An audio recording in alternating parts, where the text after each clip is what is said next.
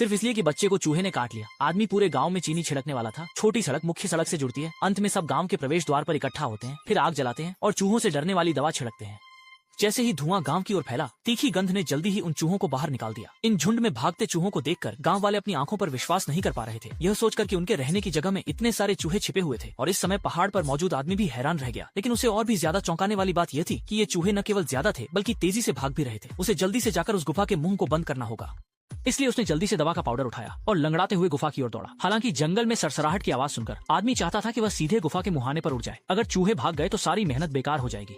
लेकिन यह चूहा तेजी से भाग रहा था और योजना पूरी तरह से विफल होने वाली थी। लेकिन उसने अचानक देखा कि उसका बेटा लकड़ी का तख्ता लेकर गुफा के मुहाने पर आ गया है। लेकिन इस समय चूहे पहले से ही बहुत करीब आ चुके थे। वह जोर से चिल्ला रहा था कि उसका बेटा जल्दी से वहां से चला जाए। हालांकि दूरी वास्तव में बहुत अधिक थी। लड़का सुन नहीं सका। उसने देखा कि उसने गुफा के मुहाने पर दवा का पाउडर छिड़का और फिर दरवाजे के तख्ते को मजबूती से रोक दिया।